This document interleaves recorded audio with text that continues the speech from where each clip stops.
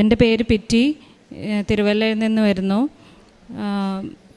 ഞാൻ ഈ കൃപാസനത്തെ പറ്റിയിട്ട് ഈ പേര് മാത്രം പലതവണ കേട്ടിട്ടുണ്ടെങ്കിലും ഇങ്ങനൊരു പള്ളിയെ പറ്റിയിട്ടോ മാതാവിനെ പറ്റിയിട്ടോ കൂടുതലായിട്ട് എനിക്ക് അറിവില്ലായിരുന്നു.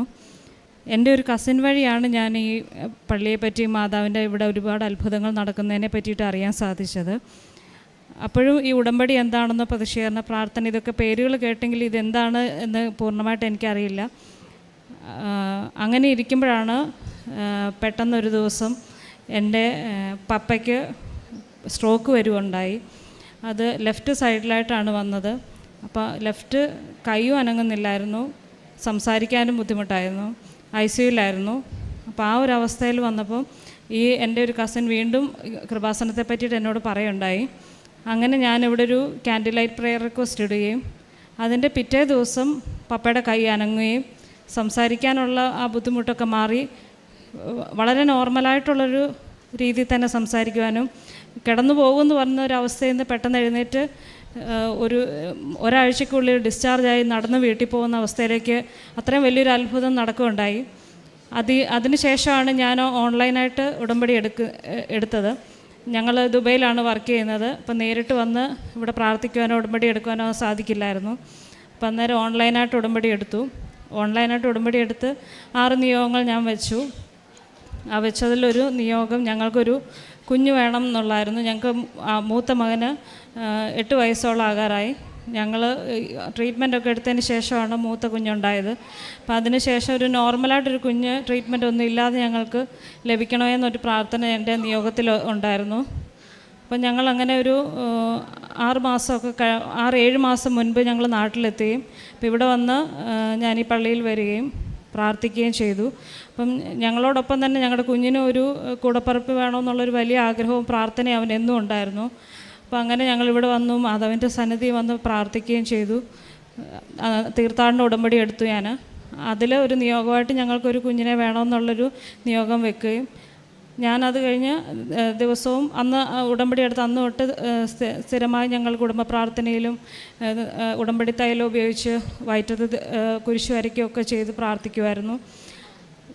അത്ഭുതം എന്ന് പറയട്ടെ, ഒരു 2 ആഴ്ചയ്ക്ക് ശേഷം ഞാൻ അറിയുന്നത് ഞാൻ 2 മാസം പ്രഗ്നൻ്റ് ആണെന്നാണ്. അപ്പോൾ അത് എന്നെ സംബന്ധിച്ച് അത്രയും ഒരു വലിയ ട്രീറ്റ്മെൻറ്റിന് ശേഷം കിട്ടിയതാണ് മൂത്ത മകനെ. അപ്പം അതിന് ശേഷം ഒരു വലിയ അത്ഭുതമാണ് ഞങ്ങൾക്ക്. അത് ഞങ്ങൾ ഒരുപാട് ആഗ്രഹിച്ചിരുന്ന ഒരു പെൺകുഞ്ഞിനെ കിട്ടണമെന്ന്. അതുപോലെ തന്നെ ഞങ്ങൾ ആഗ്രഹിച്ച് പ്രാർത്ഥിച്ച പോലെ തന്നെ ഞങ്ങൾക്കൊരു മകളെയാണ് കിട്ടിയിരിക്കുന്നത്. ഞങ്ങൾ ആ കുഞ്ഞിനെ മറിയം എന്ന് പേര് വിട്ടു.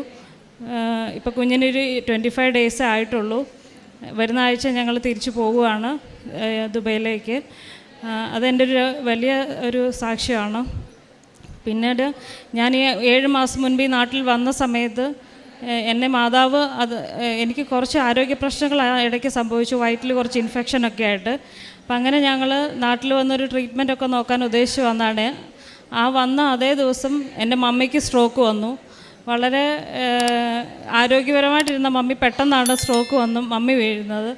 അപ്പോൾ ആ ഒരവസ്ഥയിൽ ഞങ്ങൾ നാട്ടിൽ വന്ന അതേ ദിവസം തന്നെയാണ് സംഭവിക്കുന്നത്. അപ്പം പപ്പയ്ക്ക് വന്ന് ഒരു 3 മാസം ഗ്യാപ്പിലാണ് മമ്മിക്ക് വരുന്നത്. അതിനുശേഷം മമ്മിയെ ആദ്യം ഒരു ആശുപത്രി കൊണ്ടുപോയി. അവിടുന്ന് ട്രീറ്റ്മെൻറ്റ് പോരാഞ്ഞിട്ട് അടുത്ത കാരിത്താസിലോട്ട് റെഫർ ചെയ്ത് കാരിത്താസിലാണ് പിന്നീടുള്ള ട്രീറ്റ്മെൻറ്റൊക്കെ ചെയ്തത്. അപ്പം വലിയൊരു സൈസ് ക്ലോട്ടാണ് ബ്രെയിനിലുണ്ടായിരുന്നത്. അത് അലിഞ്ഞു പോവില്ലായിരുന്നു, വലിച്ചു കളയണമായിരുന്നു. അപ്പം മമ്മി ICUയിൽ വളരെ സീരിയസ് ആയിട്ടൊരു സ്റ്റേജിലാണ് മമ്മി കിടന്നിരുന്നത്. അപ്പം അതിന് പുറത്തിരുന്ന് ഞങ്ങൾ ഉടമ്പടി പ്രാർത്ഥന പ്രദക്ഷിണ പ്രാർത്ഥനയും തുടരെ ചൊല്ലിക്കൊണ്ടിരിക്കുമായിരുന്നു. ഓരോ നിമിഷം കഴിയുന്തോറും പൂർണ്ണമായും മമ്മി ഞങ്ങൾ നഷ്ടപ്പെടുന്നൊരു സ്റ്റേജിൽ നിന്ന് മമ്മി ഞങ്ങളോട് ഇന്ന് ഇവിടെ വന്നിട്ടുണ്ട്.